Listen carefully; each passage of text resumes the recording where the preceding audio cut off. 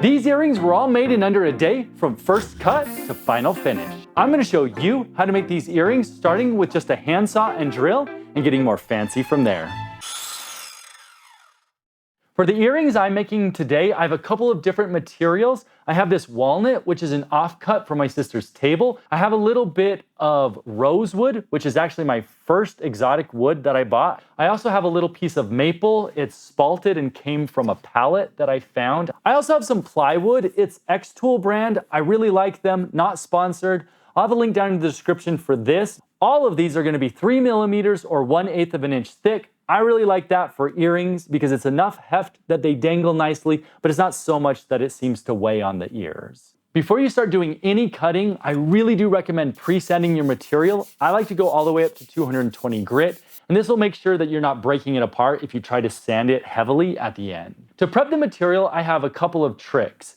First, I like to use some frog tape on the face of it. This will make it easier to pull that off later, and it keeps it cleaner, and so it's just less work. I did a couple of designs that I'm going to be using today. I'm going to go with the diamond one first. If you want this template with a couple of the different earring designs, I'll have that on my website, free to download. With the tape on there, I'm going to use some glue stick to glue on the template after I cut it out. Spray adhesive works a little bit better, but I ran out, and glue stick seems to work just fine. The last thing, you want to use some double-sided tape or another method for attaching two of these together, and this has two main benefits. One, you're going to get the same shape as you cut out both of them at the same time, so you look a little bit more professional, and also you do less work because you only have to cut it out once. We're going to go real simple for this first one. All you need is a drill, a saw, and some sandpaper. I recommend that you drill out the hole first. It's just easier to do the little inner parts before you do the bigger bulk things, and you're less likely to break it. A 1/16 inch drill bit works great. Then you want to take your handsaw and cut a little bit outside of the lines, but as close as you can reasonably do. Then you want to grab some sandpaper, sand up those edges. If you have a mechanical sander, this goes a lot easier. After the rough sanding, I did use some hand sanding to further refine those corners. Then the tape on the face, that pulled right off. If you have a little bit of trouble getting the two pieces apart, you can put a razor blade in there and then they'll pop apart just fine. And if there is a little bit of residue left, a little bit of sandpaper will take that right off. After I had them apart, I just rounded over the edges with the sandpaper to make everything really nice and smooth. And these are pretty much done. I'm going to do one more pair of earrings using basic woodworking tools. And in this case, that's going to be primarily the drill or drill press. First, you're going to want to drill your hole for the hook with the 1/16 inch drill bit like before. And then we're going to use a hole saw to cut out the large hole. And then you can use a 1-inch drill bit. In this case, I've got a 1-inch Forstner bit to drill out this center hole.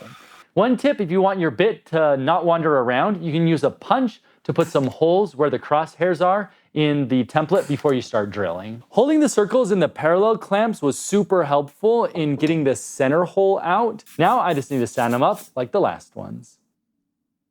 These next two set of earrings, we're still going to use woodworking tools, but they might not be what everybody has. And I'm primarily going to be using the scroll saw. Now, if you don't have a scroll saw, you can certainly do this with a coping saw, but the scroll saw will make it faster and I think a little bit easier. The thing that's awesome about the scroll saw is that you can do really intricate designs, and not just on the outside of our earrings, but also you can feed it through the center and do intricate designs on the inside of the earrings as well. I prepared the material just like before, but you want to make sure to remember to drill your hole for the hook before you start cutting. For designs like this feather, you don't want to just cut around all of the outline in once, but you want to come in on the side, cut up towards the inner sharp point, then back out the blade, and then come back in, cutting along the line that's a little bit above it to keep those points nice and sharp. Once you have those cut out, you can just clean up around the edges and you're good to go. For the double diamond, get an 1/8 inch or 3 millimeter drill bit and drill a hole into all three of these center portions that you're going to be able to feed your blade in. Most scroll saw blades fit in a 1/8 inch hole, but you do want to check your blade in case it's a little bit bigger. Now, if scroll sawing isn't your forte like with me, You can still clean these up, and I really recommend getting some fine files. If you clamp them into the parallel clamps or another clamp, you can put those files on the inside and clean them up. And then if you have the sharp undercuts on the outside of something, I recommend a little bit thicker sandpaper, like off a random orbit sander, and you can feed that through and try to keep it square while they're still taped together.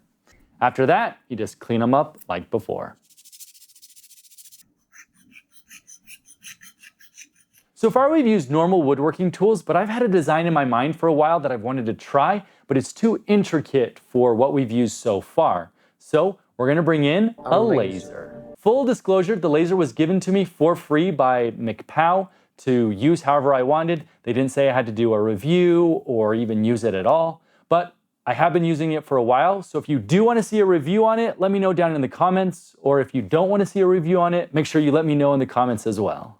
My idea was that I wanted to take a photo of a leaf and then trace it out, getting all the little stem parts so I could have a really airy and open earring. Now, I wanted it hand-drawn, and it took me a bunch of times till I was happy with it. And I wanted the sort of organic shape to the drawing and the leaf left in here, and the laser is gonna be perfect for that. For the material for the laser, I'm gonna use the plywood that I talked about earlier, and again, I do recommend pre-sanding the whole sheet before you get started. Now, the laser does leave burn marks on the top and the bottom of your piece, and since these are so small and delicate, I recommend putting tape on the top and the bottom.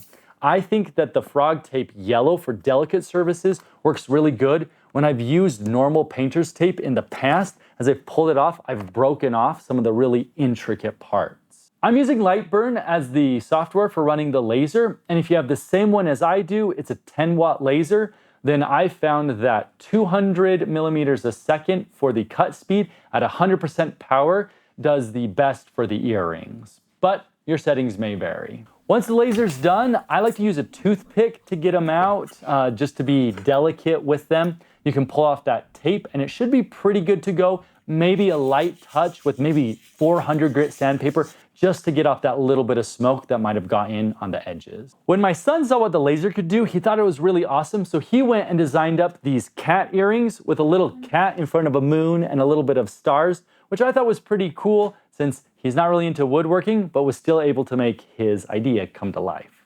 Finishing these is super easy, and I recommend using a spray finish like shellac or lacquer. I like shellac because it's all natural, but lacquer also works really well too. For holding your earrings, I recommend putting the hole on top of a toothpick, and then you can just stab these into a piece of foam and then just spray a whole bunch of them at once. Once the finish is dry, you're ready for hardware.